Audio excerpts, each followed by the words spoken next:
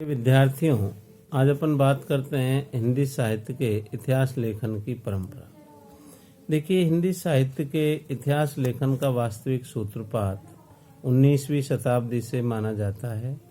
यद्यपि मध्यकाल में रचित वार्ता साहित्य जैसे 84 वैष्णवन की वार्ता, 252 वैष्णवन की वार्ता, भक्तमाल आदि में अनेक कवियों के व्यक्तित्व एवं कृतित्व का परिचय मिल जाता है, किंतु इतिहास लेखन के लिए जो काल क्रमानुसार वर्णन अपेक्षित होता है, उसका नितांत अभाव इन वार्ता ग्रंथों में है। अतः इन्हें साहित्य का इतिहास ग्रंथ नहीं माना जा सकता। हिंदी साहित्य के इतिहास लेखकों में जो उल्लेखनीय हैं, उनका संक्षिप्त वर्णन इस प्रकार है। गारसा दत्तासी। देखिए, गारसा दत्तासी हिंदी साहित्य के इतिहास लेखन की परंपरा का सूत्रपात इन्होंने किया। किसी हिंदी भाषी व्यक्ति द्वारा न होकर एक फ्रेंच विद्वान, फ्रांस भाषा के विद्वान द्वारा हिंदी साहित्य के इतिहास लेखन का सूत्रपात करना एक बड़ा ही अनूठा कार्य है। गारसा दत्तासी द्वारा रचित इस्तवार दा ला लिटरेचर हिंदुस्तानी नामक ग्रंथ से हुआ, जिसकी रचना 2 भागों में की गई है। इनमें से प्रथम भाग का प्रकाशन सन 1839 ईस्वी में और द्वितीय भाग का प्रकाशन 1847 ईस्वी में हुआ। इस ग्रंथ में हिंदी और उर्दू के अनेक कवियों का विवरण वर्णानुक्रम से प्रस्तुत किया गया है।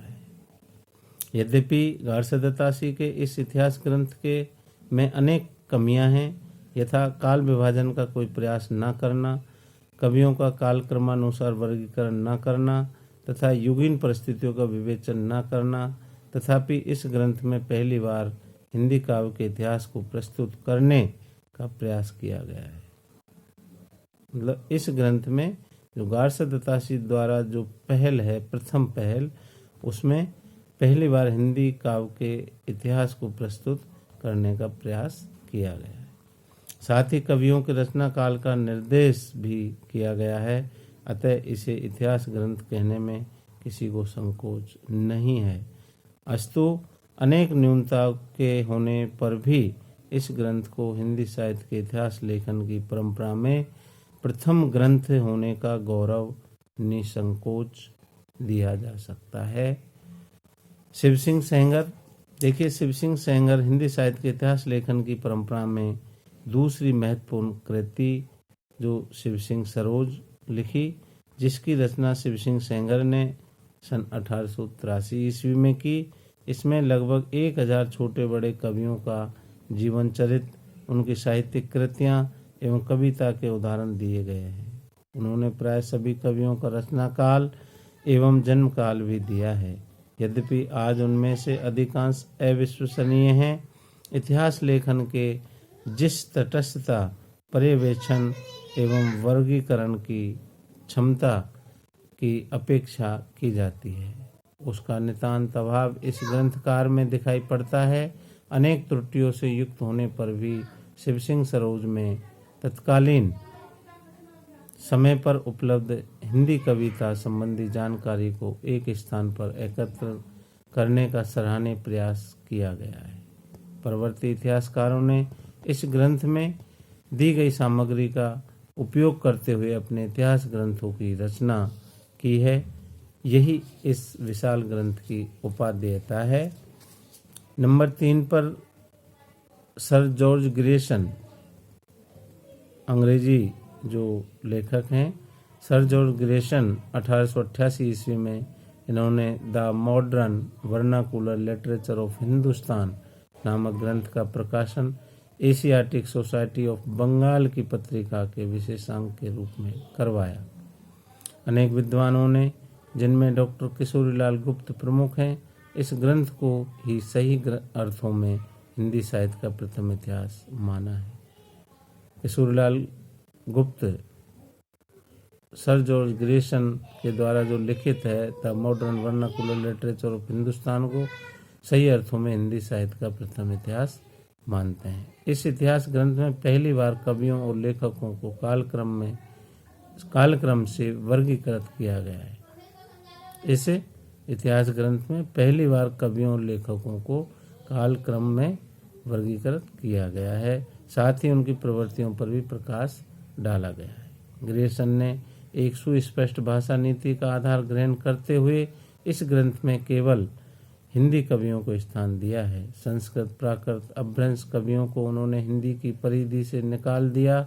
साथ ही अरबी, फारसी एवं उर्दू के कवियों को भी उन्होंने हिंदी कवियों में नहीं गिना। उनका योगदान इस बात में है कि उन्होंने परवर्ती इतिहासकारों के लिए हिंदी कवियों को चुनने का मार्ग प्रशस्त कर दिया।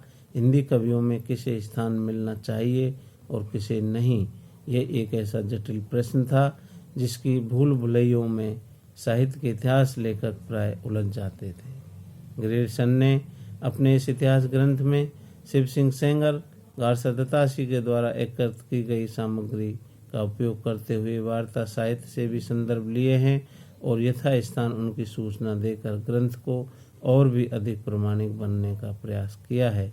ग्रेसन का यह ग्रंथ अंग्रेजी भाषा में लिखा गया था तथा इसे उन्होंने 11 विभिन्न अध्यायों में विभक्त किया है। प्रत्येक अध्याय एक काल विशेष का सूचक है। उन्होंने युगीन प्रवृत्तियों एवं परिस्थितियों का विवेचन भी इस इतिहास ग्रंथ में किया है। ग्रेसन ने ही सबसे पहले अपने इस इतिहास में भक्ति काल को हिंदी साहित्य की महत्वपूर्ण उपलब्धि बताते हुए ग्रेसन ने ही सबसे पहले अपने इस इतिहास में भक्ति काल को हिंदी साहित्य की महत्वपूर्ण उपलब्धि बताते हुए इसे हिंदी साहित्य का स्वर्ण युग माना है। अर्थात भक्ति काल को हिंदी साहित्य का स्वर्ण युग काल कहा। तो जॉर्ज ग्रेसन ने उनके इस ग्रंथ का महत्व इसलिए भी है कि इसकी रचना उस काल में हुई थी जब हिंदी साहित्य की इधर उधर बिखरी हुई सामग्री का अध्ययन अनुशीलन नहीं हुआ था, जो किसी भी इतिहास लेखक के लिए कच्ची सामग्री जुटाने का काम करता है।